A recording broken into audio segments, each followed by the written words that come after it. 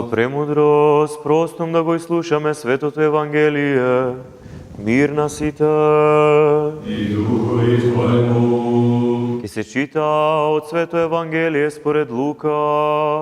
Слава Теби, Господи, слава Тебе. Да внимаваме. Рече Господ, како што сакате да постапуваат луѓето со вас, така постапувајте и вие со нив.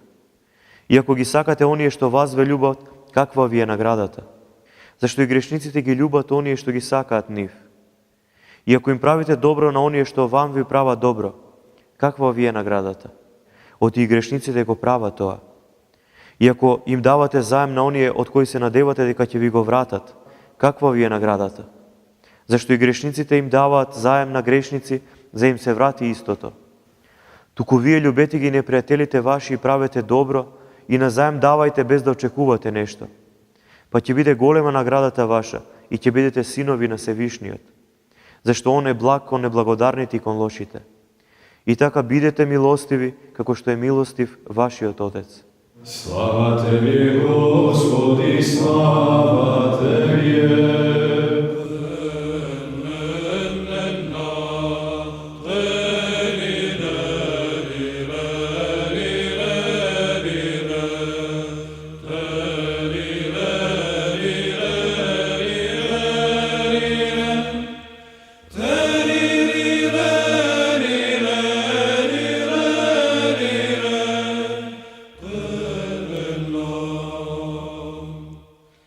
Отец благослови. Господ. Зошто кажувањата Христови понекогаш не изгледаат како утопија и спротивни од логиката на светот што не обкружува? Христос секогаш не потикнува да станеме слични на Бога. Затоа и неговата логика не се совпаѓа со логиката на овој свет. Зашто за Бога Отецот Христос вели, зашто Он е добар и кон неблагодарните и кон оние што не го почитуваат. Бидејќи Бог по своја природа и суштина секогаш е добар, а бидејќи е непроменлив, Он не може да се смени и да стане зол, да стане лош. Во таа смисла, Христос не отрезнува да не стануваме некои последователи на идеолошки личности или на некоја човечка идеологија. Зашто во крајна мера, човекот целосно не може да биде добар, зашто човекот постојано се менува. А за тоа дека не потикнува на еден друг начин на живење, ќе кажеме дека логиката на овој свет еден вид може да се спореди со пазарна економија. Ќе ми направиш добро, ќе ти направам добро, или ќе ми дадеш нешто, ќе ти вратам. Тоа и во бандите таков закон постои, и такво почитување на тоа ниво. И Христос тоа го потенцира, дека ништо посебно не сме направиле, ако тоа го направиме. А оној човек кој што ќе се научи да љуби, па макар и да го љуби и оној што му е непријател, тој себе си се отвара, односно во себе отвара едни други димензии. Со тоа што ќе живее како Бог, тој себе си на друг начин ќе се спознае. Бидејќи нормално е човек, ако е несигурен во себе си, не се познава доволно себе си, во одредена ситуација да се изненади ако изреагира чудно или лошо кон друг човек. Тогаш секогаш имаме некоја доза на недоверба кон себе си и некоја нервоза. А оној кој што се научил секого да љуби, он знае дека како и да го каже зборот, нема да добие од другата страна повратна омраза. Бидејќи мислите и срцето му се чисти. И на тој начин човек кој што научил да љуби секого и се, е навистина слободен човек. Бидејќи не очекува од кога ќе направи лошо да му се врати лошо. Туку знае дека за добро секогаш со добро се враќа. Но навикнати сме луѓето да ги делиме на добри и лоши. Па според таа поделба, ние одбираме кого да љубиме, а кого да мразиме. Ние треба да стекнеме ум Божи, а тој ум Божи е исполнет со милост и со љубов. гледајќи го секој човек со љубов, обраќајќи му се со љубов, ќе разбереме, односно ќе добиеме од Бога дар да разбереме зошто некој човек реагира бурно или агресивно или комплексно. На тој начин, првин со тоа што први него ќе го оправдаме, а себе си ќе се осудиме.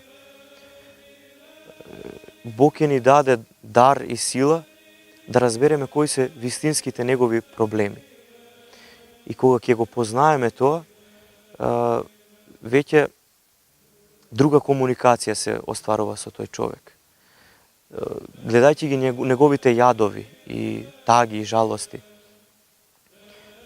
ние полека ќе ги прифатиме како наши да се. А во тој момент не само сострадание, туку и молитва ќе потече во нас. Односно ќе посакаме Бог да му помогне на тој човек. И бидејќи зборот не можеме да го сватиме како само нешто површно, туку зборот е и енергија, тогаш и како и да му се обратиме на тој човек, кога ќе го прашаме како е, што ти е, тој ќе почувствува дека не само формално го прашуваме, туку дека навистина имаме сострадание кон него и намера некако да му помогнеме. Па со тоа што можеби само ќе ни се отвори, ќе ни каже кои му се проблемите, ќе му помогнеме. И веќе тој човек за нас нема да биде само некој туѓенец кој што оддалеку ќе го осудуваме, туку наш ближен и ќе го препознаеме како Божје создание, кој што како и секое друго Божје создание има потреба од љубов и внимание. Познавајќи се еден со друг, ќе престанеме да се мразиме. Зашто има малку вулгарна изрека, меѓутоа кучињата лаат по оној кој што не го познаваат. А поентата е во тоа да се познаеме ние себе си. Никој како лош не се родил. Дел сме ние одговорни зошто има зло во овој свет, дел самите луѓе кои што допуштиле така да функционираат. Бидејќи човекот најмногу се извитоперува кога е опкружен со зло. А тоа е така заради тоа што гради бариери за да се заштити од такво нешто. Затоа и за нас можеби најкрутите, најладните, најстудените луѓе можеби станале такви заради заштита од зло. Сега ние треба да покажеме љубов вистинска и искрена за да ги одледиме тие луѓе. Да им направиме да им биде комотно со нас. Како да ги љубиме лошите кога секој тргнува од тоа дека тој е најдобар и сите што се неправедни кон него по автоматизам ги отфрлува како непријатели? Човекот најпрви треба да биде самокритичен, а не да ги оптужува најпрви други, да ги осудува другите за нешто и од таа гледна точка да тргнува во секојдневните односи со луѓе што го обкружуваат.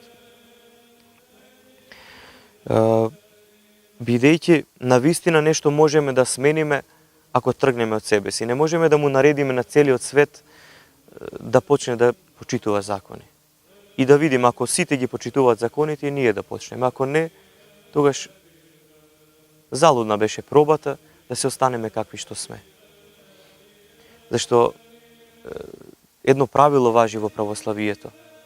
Смени се себе си и ќе смениш и спасиш 1000 околу себе.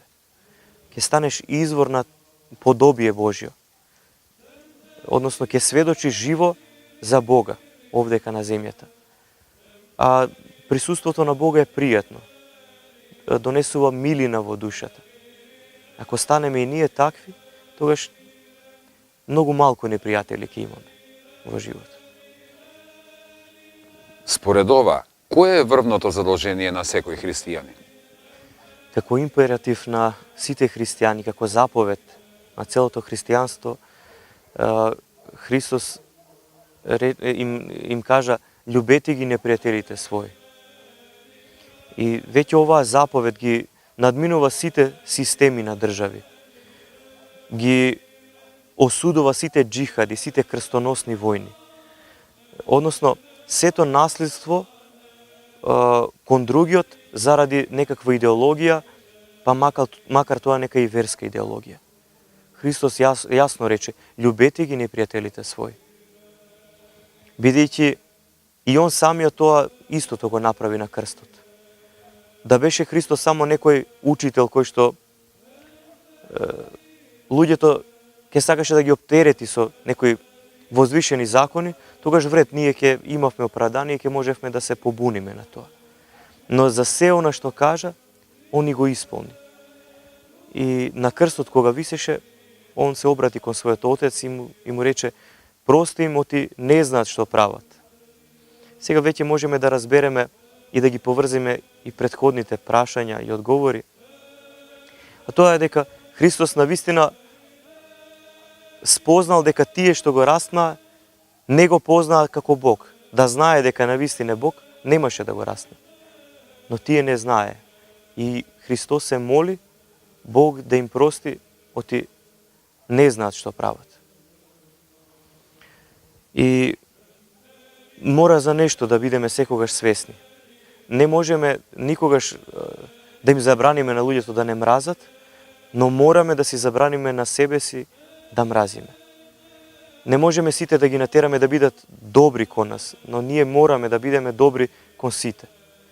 Оти во секого и во се, Бог Логосот, мудроста Божја, Синот Божи остави свој печат и сила при создавање. Па во таа смисла нема ништо лошо создадено. Се е добро, како што рече Бог откако отпочина од своето создавање. Амин.